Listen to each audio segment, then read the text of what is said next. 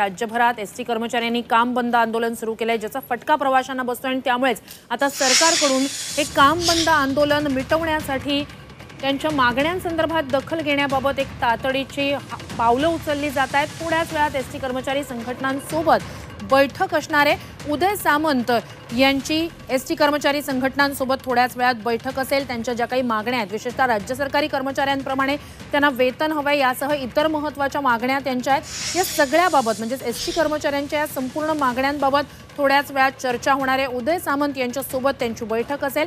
कर्मचारी संघटनांसोबत ते चर्चा करणार आहेत। या संपूर्ण आंदोलनाची दखल आता सरकारकडून घेण्यात आलेली आहे। उद्या मुख्यमंत्र्यांची बैठक आहेच, मात्र त्याआधी सरकारकडून उदय सामंत एसटी कर्मचारी संघटनांसोबत बैठक घेत आहेत। तर बैठकीत एसटी कर्मचाऱ्यांच्या मागण्यांबाबत काय नेमका निर्णय होतोय, तोडगा आजच निघतोय की उद्याच्या बैठकीपर्यंत हे आंदोलन सुरूच राहणार आहे, याकडे लक्ष असेल।